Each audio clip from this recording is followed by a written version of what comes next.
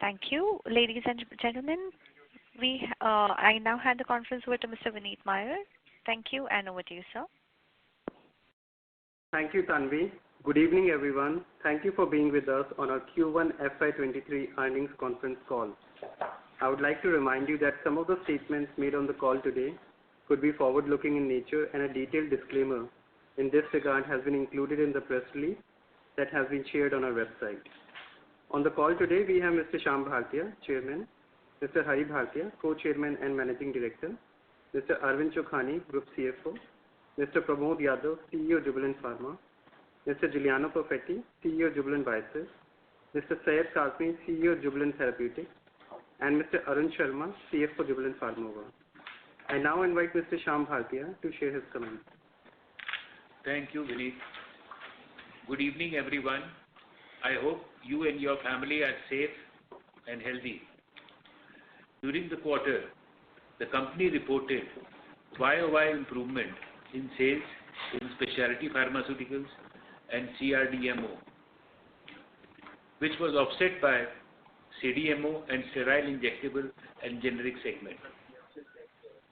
In specialty pharmaceuticals, the radiopharmaceutical segment reported higher sales and profitability on account of recovery from COVID-19 impact, while radiopharmacies business witnessed higher sales on account of recovery from pandemic and launch of new products. Our allergy business continues to perform strongly and witness healthy growth year on year. In the CDMO sterile injectable segment, revenue stood lower year on year as is Q1 FY22. The business realized higher revenue from COVID-19 related products as compared to this quarter. Generic segment's performance was impacted by pricing pressure in US market and import alert related challenges, which resulted in lower performance as compared to Q1 FY22. In CRDMO, our drug discovery services segment continued to report robust growth led by higher volumes and stable pricing. The CDMO API segment reported lower revenue as the Nanjangud plant is undergoing asset replacement and plant upgradation, which contributed to lower revenues. In proprietary novel drug business, phase 1 and 2 trial is underway for our lead program, dual LSD1 HDAC6 inhibitor. Second program, brain penetrant PRMT5 inhibitor. IND was done in Q2 FY23, and we have now received FDA clearance for IND.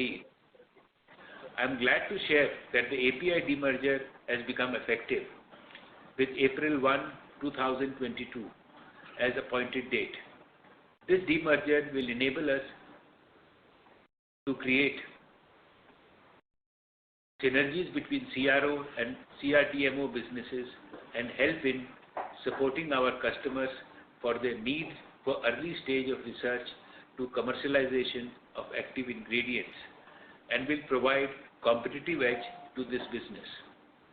I would like to inform that for better understanding of performance and outlook of our various businesses, the company has reorganized the reporting segments from Q1 FY23 onwards, and the details will be covered by Pramod and Giuliano in their parts on this call. With this, I hand over to Pramod to discuss the pharma business. Thank you, Mr. Bhartia. A very good evening to all of you. I would like to mention that as part of our segment reorganization done in this quarter, our pharmaceutical operations are split into specialty pharmaceuticals comprising radiopharma and allergy immunotherapy segments, into CDMO sterile injectable segment that was previously named CMO, and into generic segment.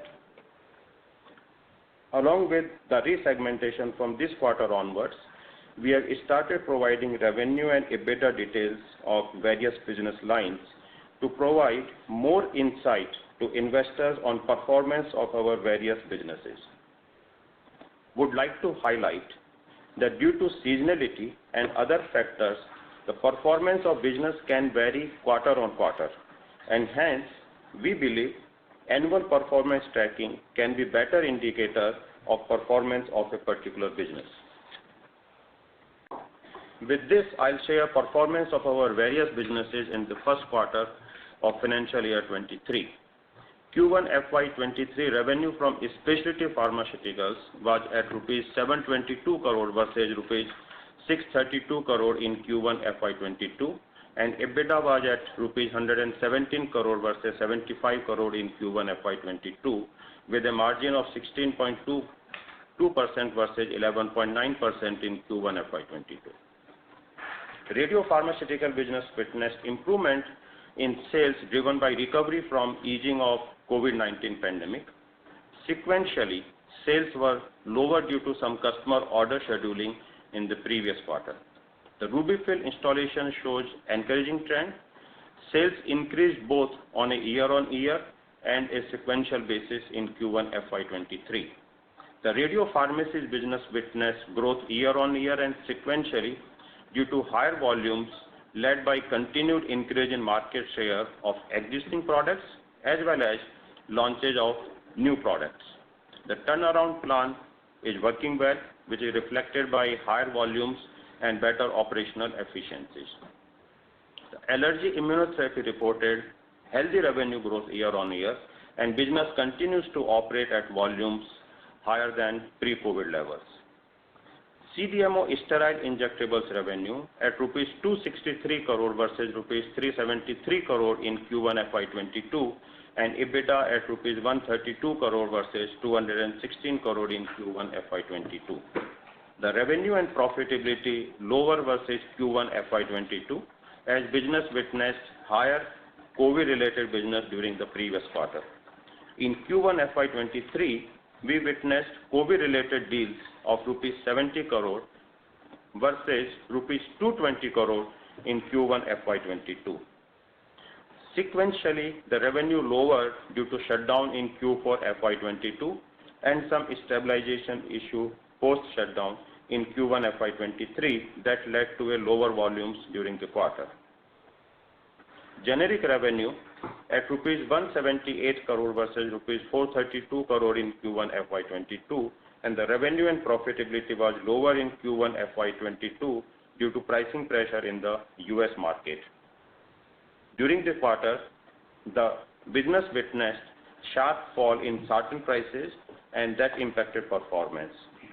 Lower volume due to import alert at the Roorkee plant and lower remdesivir sales due to fewer hospitalization also impacted performance of this business.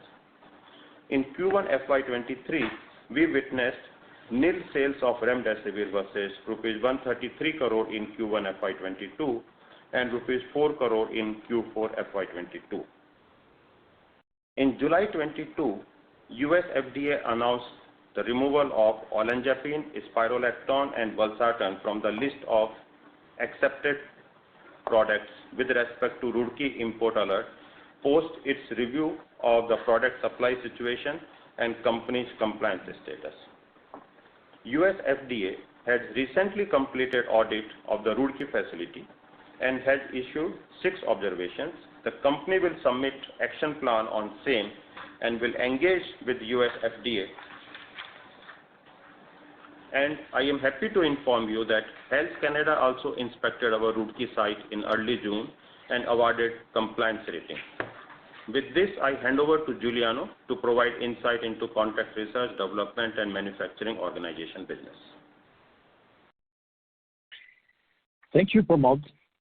I would like to mention that pursuant the completion of the demerger of the API business, we have clubbed our drug discovery services, earlier called as Contract Research and Development Services, and CDMO API business, which was earlier called as API, into a single segment called Contract Research, Development and Manufacturing Organization, CRDMO.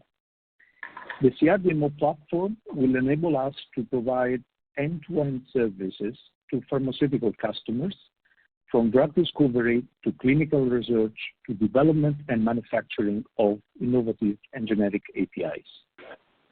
We will do some CapEx in this platform to increase our development capabilities. This merger will enable us to grow both our CRO and API manufacturing operations at a faster pace in the medium term. The CRDMO segment reported sales of rupees 280 crores versus rupee 193 crores during Q1 FY22. The EBITDA of the segment was at rupees 46 crores versus rupees 53 crores in Q1 last year. Drug discovery services revenue at 118 crores versus 88 crores in Q1 FY22 as robust volume growth drove year-on-year revenue increase.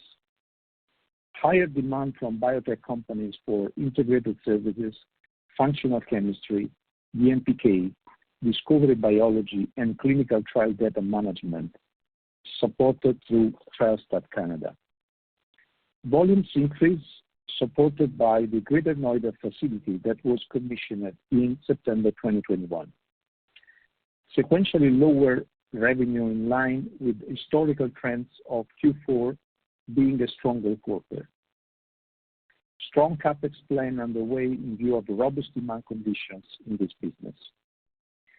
CDMO API business revenue was at rupees 162 crores versus rupees 105 crores in Q1 FY22 due to higher volumes. Sequentially revenue lower as there was a shutdown in one of our plants at the facility as part of the ongoing asset replacement programs for plant upgradation and capacity expansions. With this, I now hand over to Said to discuss the proprietary novel drugs pipeline. Thank you, Giuliano. Good evening, everyone. In our proprietary novel drug business, we are focused on developing potential first-in-class and best-in-class precision therapies in oncology and autoimmune space. The company uses Jubilant's proven discovery engine with a structure-based drug discovery expertise and a track record of partnerships. Phase 1/2 trial is ongoing for our first program, JBI-802, a dual LSD1 HDAC6 inhibitor for patients in advanced solid tumors with the primary objective to identify the recommended phase 2 dose and to evaluate the safety and anti-tumor activity of JBI-802. Target indications include subsets of small cell lung cancer and neuroendocrine prostate cancer with specific genetic signatures. We expect initial clinical data from first 3 to 4 cohorts by end of the year and the completion of the dose escalation part of the trial early next year. I would also like to mention that Jubilant Therapeutics has received FDA clearance of IND for JBI-778, an oral brain penetrant and selective PRMT5 inhibitor for treatment of solid tumors with brain metastasis and primary brain tumors. Covered under our out-licensing agreement, Blueprint Medicines has initiated the phase 1/2 trial of BLU-451 in patients with EGFR-driven non-small cell lung cancer harboring exon 20 insertion mutations. This led to a milestone payment from Blueprint to Jubilant Therapeutics with potential for additional milestone triggers as the program progresses through clinical development. We presented emerging preclinical data at 2 major international oncology conferences this quarter, American Association of Cancer Research in New Orleans in April, and American Society of Clinical Oncology in Chicago in May. Jubilant Therapeutics was also selected by Bio International Convention in San Diego to chair and moderate a scientific panel discussion on epigenetics therapies in cancer with subject matter experts from Pfizer, Dana-Farber Cancer Center, and Humanity. Jubilant Therapeutics is now a clinical stage biotech with higher value creation opportunities driven by emerging data from first-in-human studies and additional IND filings. With this, I hand over to Arun to discuss the financials. Thank you. Thank you, sir. A very good evening, and thank everyone for taking out time and joining us on our quarterly earnings conference call. I would like to highlight the company's financial performance for Q1 FY23. Jubilant Pharmova's revenue stood at 1,452 crores versus 1,635 crore in Q1 FY22 and rupees 1,528 crores in Q4 FY22. Specialty Pharmaceuticals revenue was at 722 crore as compared to 632 crore in Q1 FY22. CDMO sterile injectable revenue was at 263 crore versus 373 crore, and generic segment reported revenue of rupees 178 crores versus 432 crores. The CRDMO segment witnessed strong growth with revenue at rupees 280 crore as against 193 crore in Q1 FY22. Reported EBITDA during the quarter was at 204 crore as compared to 379 crore in Q1 FY22 and rupees 244 crore in Q4 FY22, with margin being at 14% versus 23.2% in Q1 FY22 and 16% in Q4 FY22. Depreciation and amortization expenses during the quarter was at 95 crore versus 88 crores in Q1 FY22. Finance cost is at 40 crores versus 35 crores in Q1 FY22.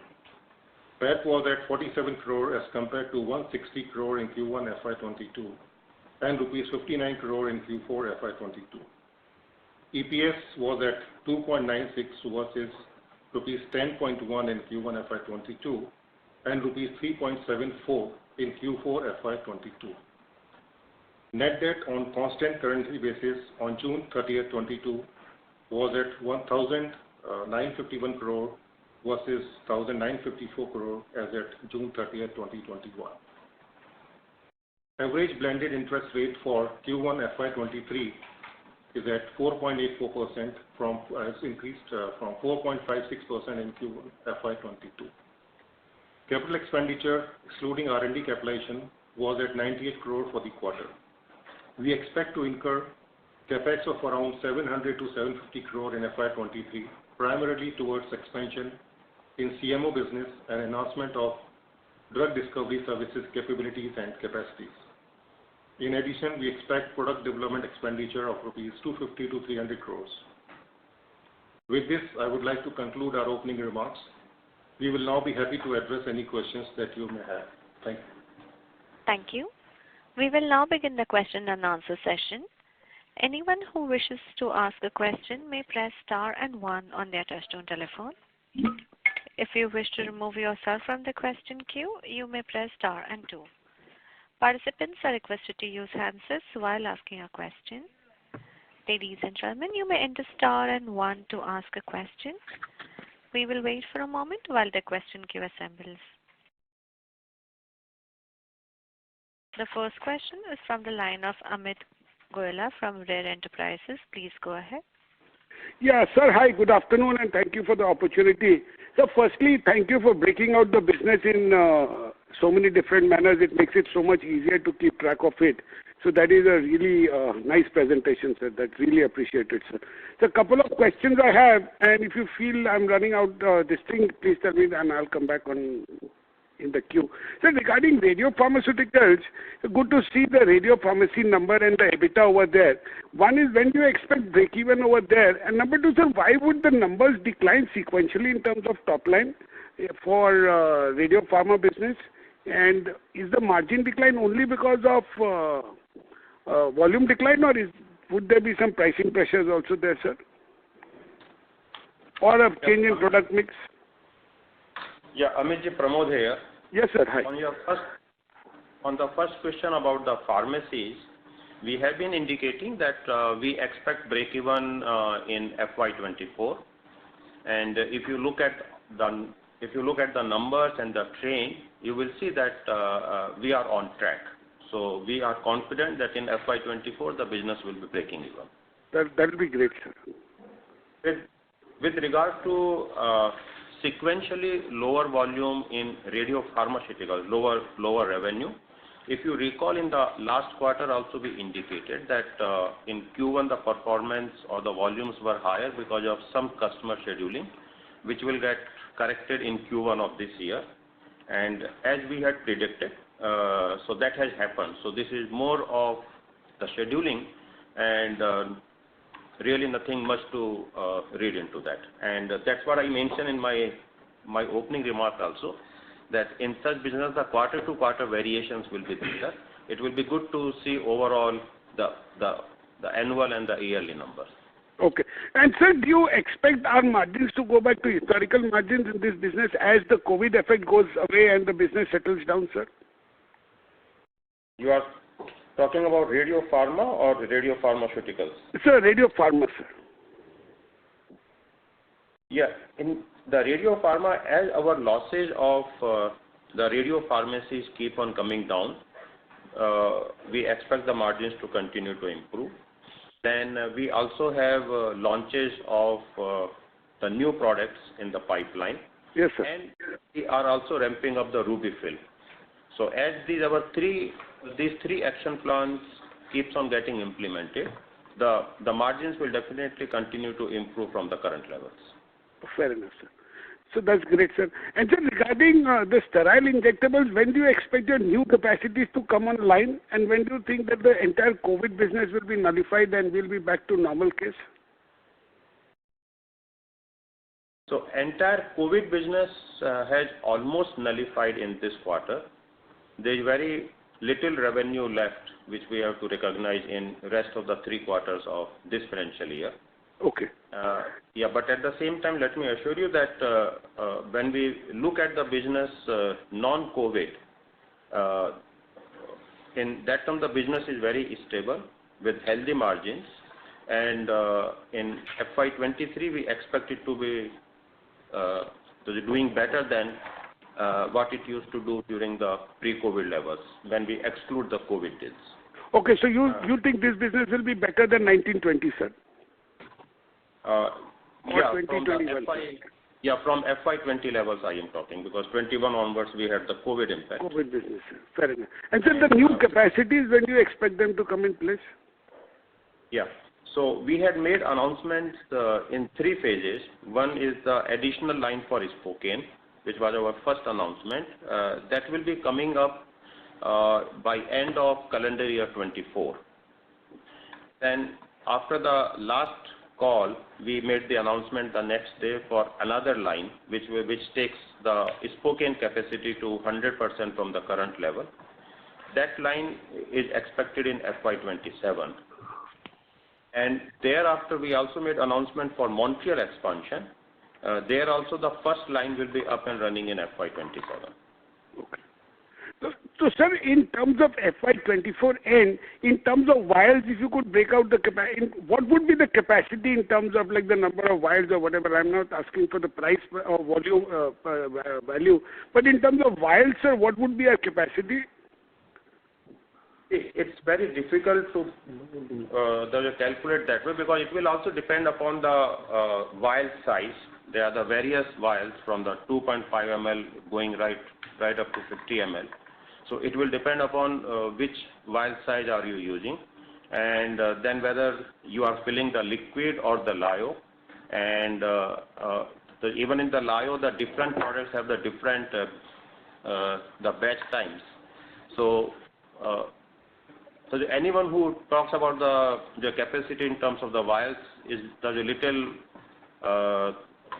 I will say theoretical, because it will depend upon the various factors. Fair enough, sir. Point accepted, sir. Point accepted. And sir, then coming down to this drug discovery business, sir, then reasonable, sir, I thought it would be a very stable business. So why would there be quarterly volatility, sir, like 142, 118 and that kind of stuff, sir? Giuliano, this is Giuliano. Thank you for your question. The CRDMO business has shown a robust growth versus last year.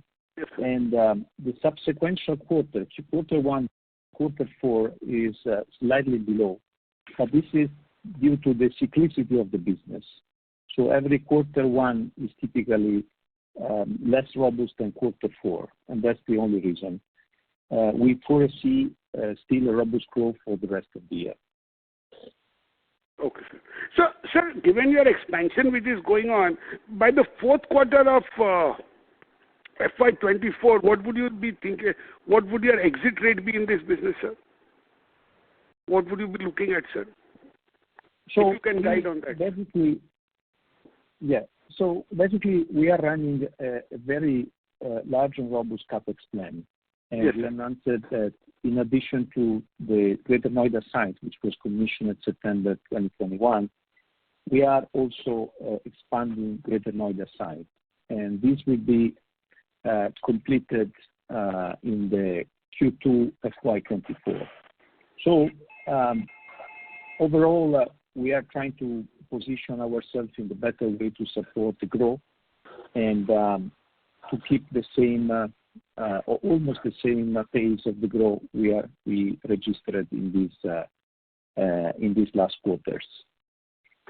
Overall, I would say that in the range of 20-25%, it would be the kind of capacity we want to add.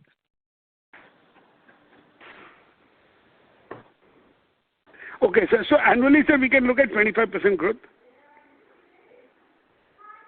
That could be the range we do expect. Okay, sir. Sir, and two more questions, last two questions. So once in your capex of 750 crores, you said you will be doing product development of 250 odd crores. So is this your normal R&D, and will this be written off, or like this will be capitalized? It depends, most probably, because if we do in dosage, it is capitalized, and in API, if we do, that is written off. Okay, sir. Okay. And, sir, lastly, whenever you get an opportunity, maybe today or maybe in the next call, if you could give us a little bit more color on your generic strategy, that will be very helpful, because that is one of the weaker businesses, sir. Whenever you feel like maybe when you are ready, maybe next call or today or whenever, if you could just give a little bit more color on how you plan to grow that business and make it more profitable, that will be very helpful, sir. Yes, so I can give the little bit insight right now if we have yes, time. Yes, sir. Yeah, I have all the time. I mentioned, up to you. Yeah, as I mentioned that US FDA has completed the audit, and they have issued 6 observations.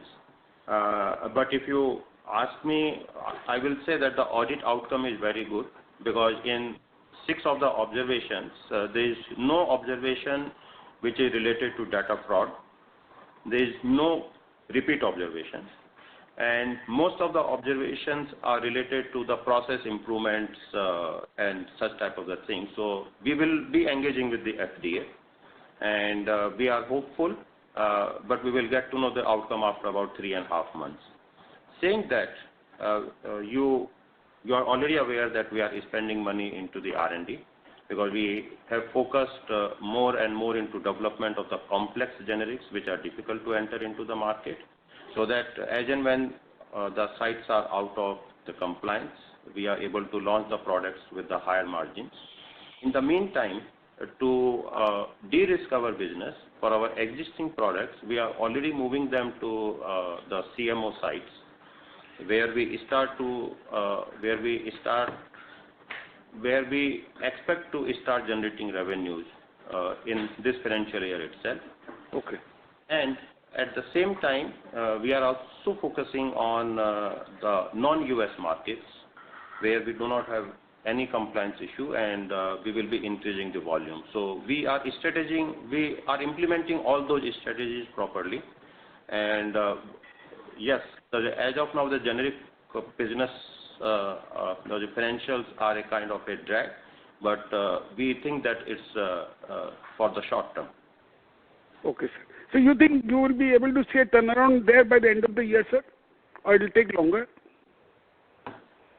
I'll say that there's a very high probability, or quite a good chance, that by end of this year it should be breaking even, because we are hopeful for the US FDA outcome, but as it's a regulatory agency, so we should keep the fingers crossed. Okay, sir. Thank you so much, sir, and all the very best. Thank you, sir. Yeah. Thank you. Thank you, Mr. Thanks. Thank you. Participants, if you wish to ask any questions, please enter star and 1. The next question is from the line of Rahul Veera from Abacus Asset Manager LLP. Please go ahead.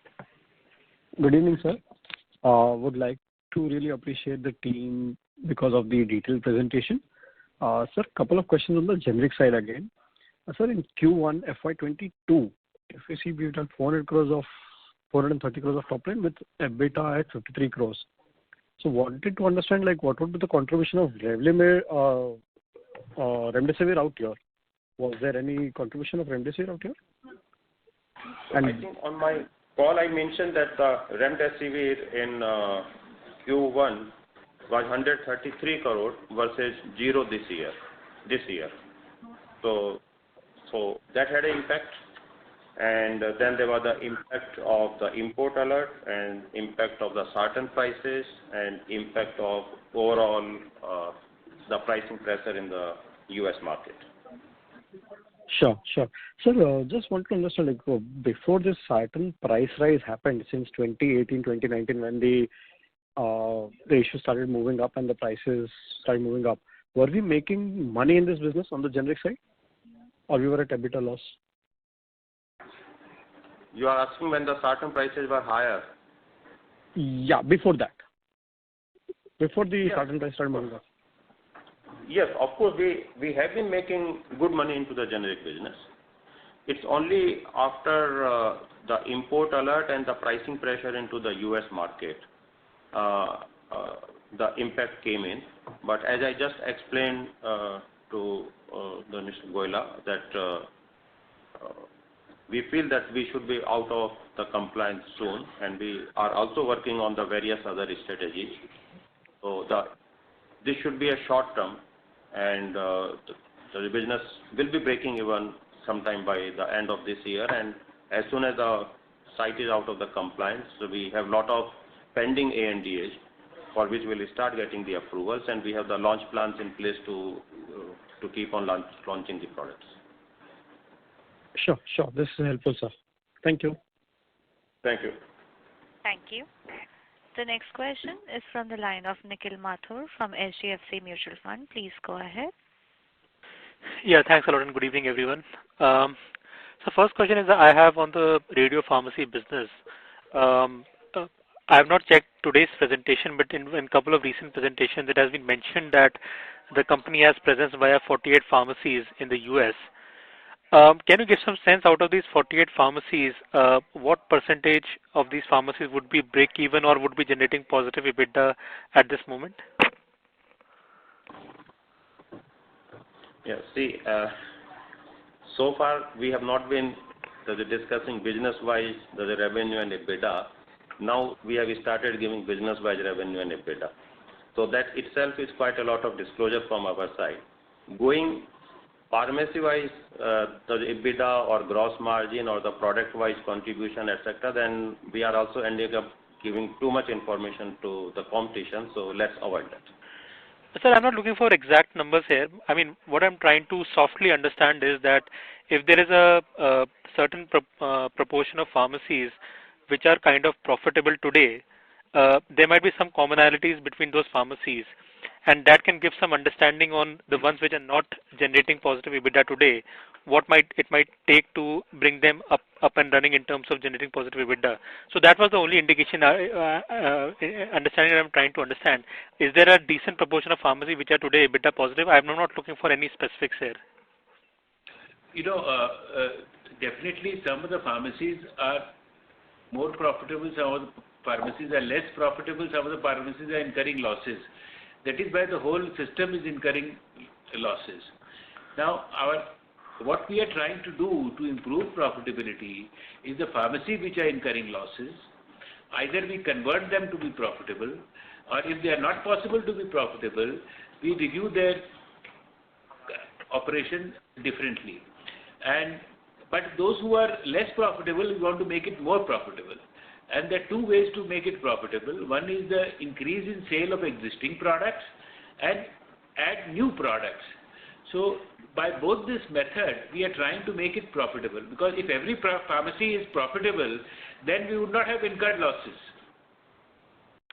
Okay. So a question attached to this, let's say, do you have a hard timeline in your mind that the pharmacies which are today not generating cash flow, you would take a hard stance and actually right size or downsize your pharmacy network if the turnaround doesn't happen what you are envisaging over the next 10, 12, 15 months? Any timeline that you have in mind?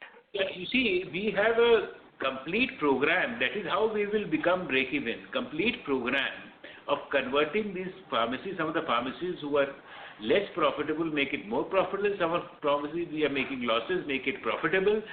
And rest we will review, and we review every month and every quarter what is going forward. So our strategy is always very flexible, and we keep on reviewing it. And that is how we have promised that by next year it will be break-even. Sure, sir. Second question is, sir, on the... You will see quarter on quarter a better results in this. Understood, sir. That's fair enough. Sir, on the generic side, if I look at this quarter numbers, 178 crores of revenues and 70 crores of EBITDA, negative EBITDA that you have generated. If you were to break even in this business, I would imagine that minimum 160, 170 crores of more revenue would be required to kind of be EBITDA neutral in this particular business, and that amounts to almost 700 crores of incremental revenues.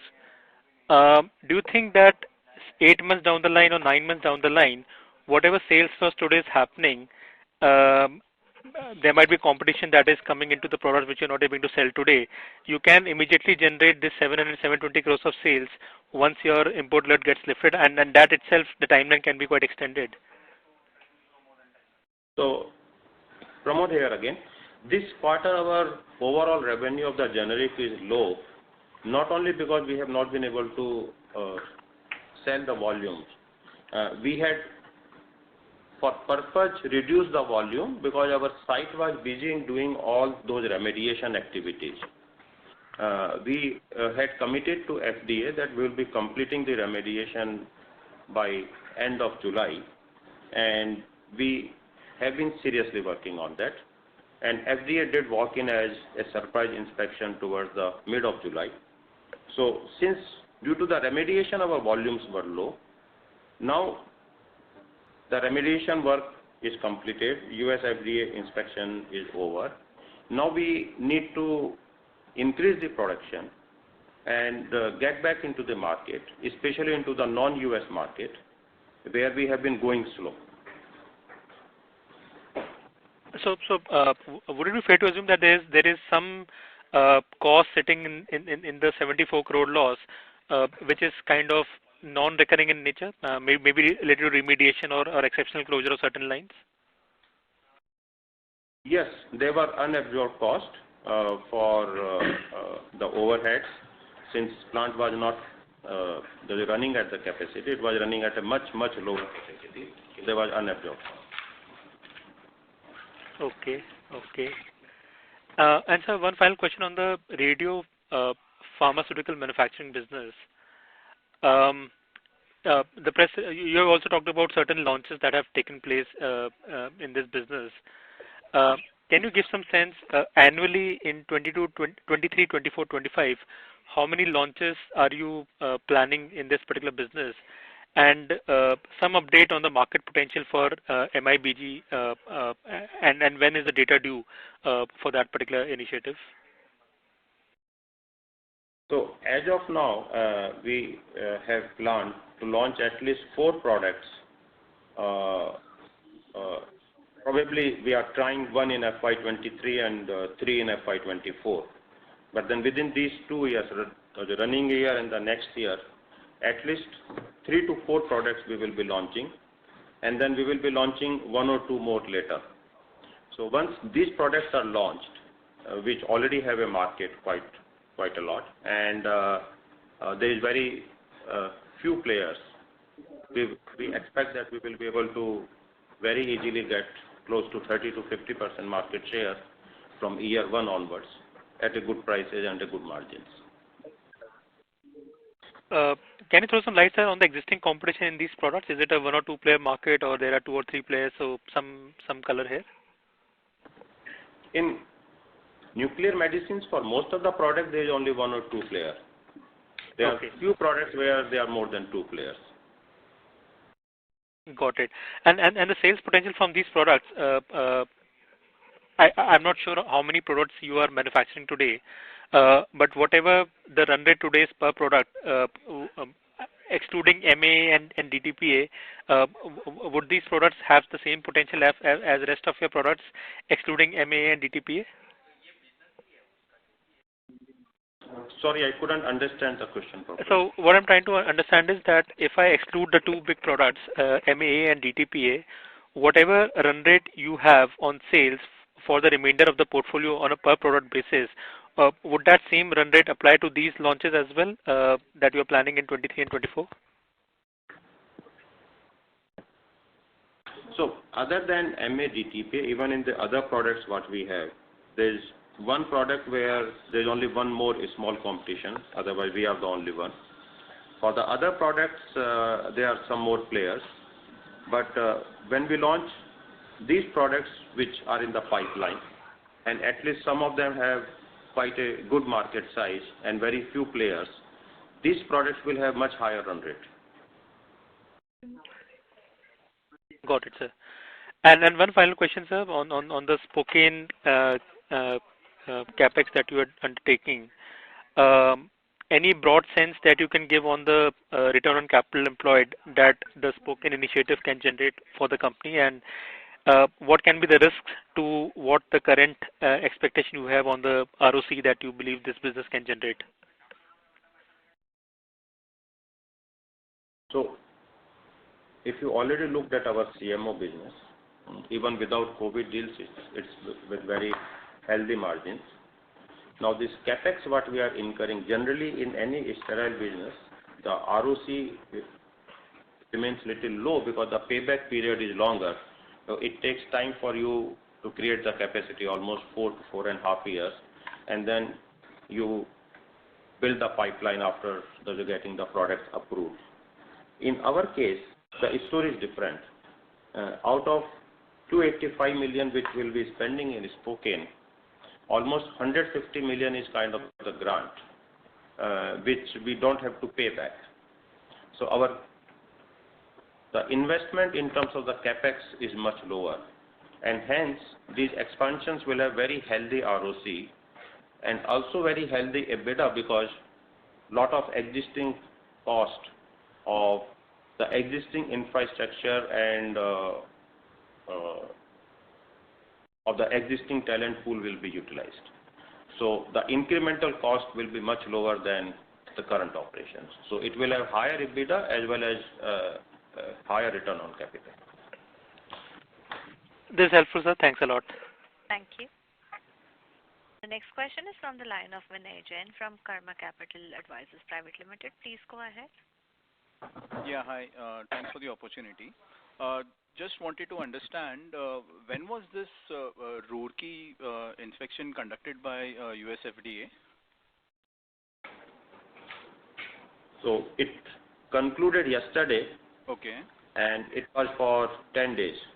Understood. So, and the other thing was, what happens to the import alert status? So, this continues till we hear again from USFDA? Like you said, it would take around 3 months. Yeah, so how FDA works is that once their inspector gives the observations, those observations, company has to give their response in 15 working days. So that will be somewhere 24th, 25th of August. Then FDA generally takes around 3 months to take the decision basis inspector observations and the company response, that what should be the compliance status of the site. So with that time frame in the mind, it will be sometime in the month of November. Okay, so even if so, as you said in your opening remarks, that there are no repeat observation and there are no observation related to data integrity. So even if it is an OAI, the import alert could be removed, right, on the site? Yeah. So FDA has two options. If they are satisfied with our all the GMP standards, they can downgrade from import alert to OAI. Right. And in that case, our exports to US market will start, but the new approvals will still remain on hold. And FDA can also directly go to the VAI, where they can remove the import alert as well as OAI in one go. So it will depend upon the type of observations, our response to the FDA, and the review by CEDAR in FDA. How do they view overall compliance status of the site? And any incremental cost which would be incurred towards remediation in the coming quarters? No, for the observations which have, most of the observations are leading to the minor improvements into our practices. They are not going to incur any remediation cost. Understood. And lastly, any update on the Nanjangud inspection by US FDA? By when can we expect that? So, Giuliano here, thank you. Yeah. You know that probably you may remind that we got the last inspection a few years ago, precisely was more than 3 years. So we basically, after that inspection, we did all the reply to FDA, and based on a strong and I would say dedicated plan for readiness for next inspection, we were expecting FDA to come in any time from now on. Of course, we don't know when the FDA would come for another inspection, but we basically issue a letter to kindly ask to inspect us. Okay. And that was the result of this preparation work, where we engaged also specific consultants for any kind of capability which will be subject to the inspection. Understood. Yeah, that was helpful. Thank you. Thank you. Participants, if you wish to ask any questions, please enter star and 1. The next question is from the line of Tushar Manudhane from Motilal Oswal Financial Services. Please go ahead. Yes, thanks for the opportunity. First on sartans, what is led the price fall in sartans? Is it to do with the inventory in channel or some new competition that has come up? In the sartans, there was earlier some impurity issues because of which the number of players had gone down, and the companies had to invest money in cleaning up the processes. But now, since most of the companies have done that, and some other companies who saw the opportunity because of the higher prices have also jumped into the game. So now there are the more number of players who are able to provide the product without impurity, and hence there is a price pressure. So approximately, like how much price reduction would have happened because of this situation, let's say over past 2-3 months or maybe 5 months? It will be a little difficult to quantify because the prices depend from customer to customer and market to market. Then there are the different sartans like the valsartan and the losartan HCTG. But yes, each product has faced the pricing pressure in almost all the markets. Okay, sir. Considering the 1Q overall EBITDA of roughly 200 crores, and at the end of FY22, we had commented about at least maintaining the overall performance for FY23. FY22 had EBITDA of roughly 1150 crores. Considering the 1Q performance, considering the import alert situation continuing for 3 months, or at least 3 months till the regulatory outcome comes through, and certain operational issues in the CDMO segment. So how are we thinking on the overall FY23 EBITDA now? So I think on EBITDA front, we had mentioned earlier that FY23 will be slightly muted than FY22. But in terms of the quarterly trend, I'll say generally in our business, the second half is better than the first half. So in the Q2, you will see performance more or less closer to the Q1, and then you will see improved performance in Q3 and Q4. That is the Jubilant Pharma. Yeah, that is for Jubilant Pharma, sorry. And then for the other businesses, Giuliano can comment for CRDMO. Yeah, I think on CRDMO, particularly on drug discovery services, I already mentioned that typically Q4 is more robust than Q1. So subsequently, sequential Q1 is typically lower than Q4. Then along the years, I think the majority of the growth is happening in Q3, Q4. I think on the API business, quarter analysis is a little bit too tight. So this should be analyzed in the perspective of a longer term, consistently with the production cycle and the typical, I would say, dynamic of the business. So this should be seen on a yearly basis or at least half-year basis.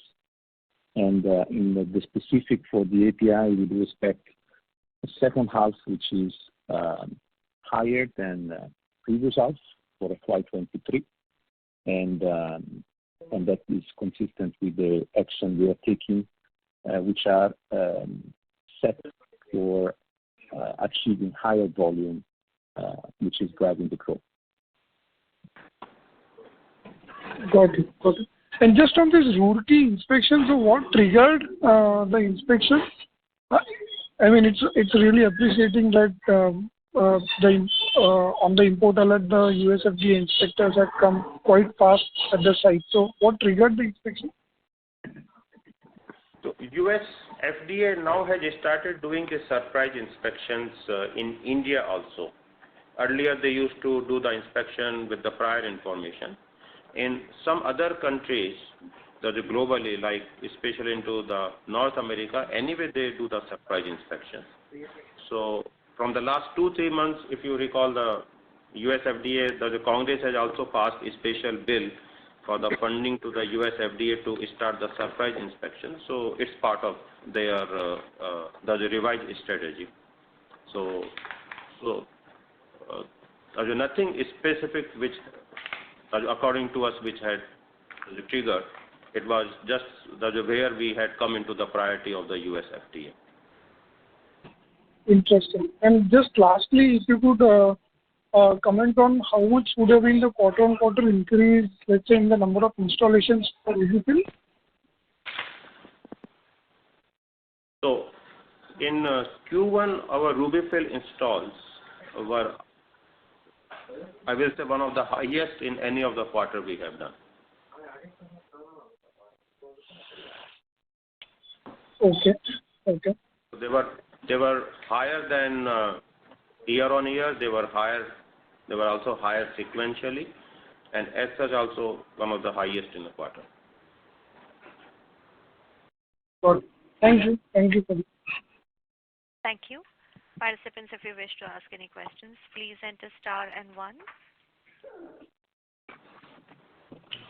Yes. Ladies and gentlemen, that was the last question for today. I now hand the conference over to management for closing comments. Thank you everyone for joining the call. Have a good day. Thank you very much. On behalf of Jubilant Pharmova Limited, that concludes this conference. Thank you for joining us, and you may now disconnect.